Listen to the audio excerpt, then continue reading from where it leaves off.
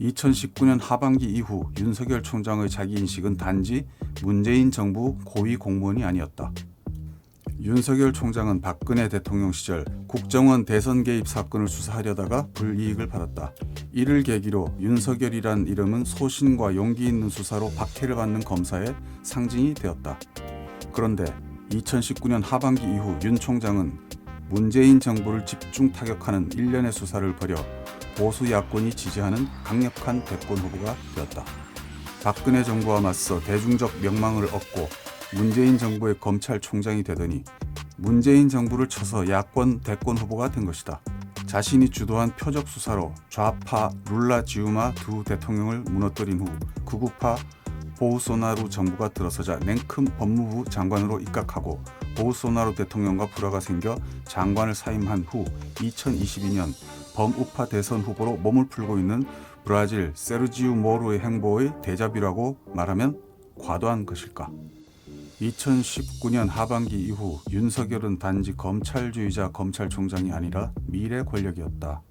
공무원인 윤 총장은 정치 참여를 부인하지 않았고 대권 후보 여론조사에서 자신의 이름을 빼달라고 공식 요청하지 않았다. 언제나 자신을 대통령과 대척점에 있는 존재로 인식하게 만드는 언동을 계속했다. 그러니 자신이 법무부 장관의 부하일 리 없다. 유례없는 검찰의 폭주를 경험한 여권이 2012년 및 2017년 대선 공약인 수사와 기소 분리를 실현하기 위하여 중대범죄수사청 신설을 준비하자 이에 빌미로 사표를 던졌다. 여야 격돌과 접전이 예상되는 서울 및 부산시장 재보궐선거 한 달 전이었다.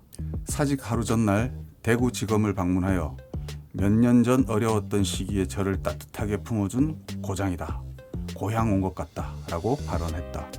총장으로서 마지막 방문지로 대구를 선택한 것은 우연일까? 사직의 변은 자유민주주의 수호와 국민보호였다. 자유민주주의 수호는 자신의 이념적 지향을 밝힌 것이다. 과거 권위주의 체제 하에서 검사들이 집단 회식하면서 폭탄주를 돌릴 때 외쳤던 구호 좌익 척결, 우익 보강이 떠올랐다. 국민보호는 자신이 추구하는 미래 역할을 밝힌 것으로 들렸다.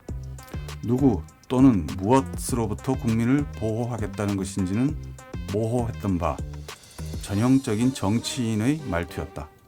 마지막까지 라임 수사 관련 룸사롱 향응을 제공받은 검사건에 대한 사과는 없었다. 이상은 검찰주의자를 넘어 정치검사의 행보라고 하지 않을 수 없다. 이러한 일련의 행보를 직시하면서도 2019년 하반기 이후 윤 총장이 벌인 수사를 살아있는 권력 수사라고 찬미할 수 있을 것인가? 공식적으로 2021년 3월 4일부터 윤석열은 정치인이 되었다. 그 이전에는 윤석열은 자신을 단지 검찰총장으로만 인식하고 있었을까? 2명의 대통령을 감옥에 보낸 그는 어느 시점에 문재인 대통령도 잠재적 피의자로 인식하기 시작했다. 자신을 미래 권력으로 인식하기 시작했을 때부터였을 것이다.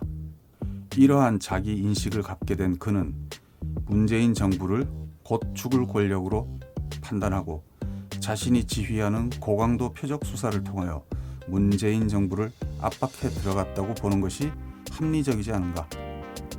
2019년 9월 신동아는 윤석열 총장 대권 프로젝트라는 대호 프로젝트를 보도했다. 윤 총장 사직 다음 날인 2021년 3월 5일 TV조선은 풍우나 윤석열의 새로운 출발이라고 말하며 범이 내려온다 라고 기대 가득한 평가를 해주었다.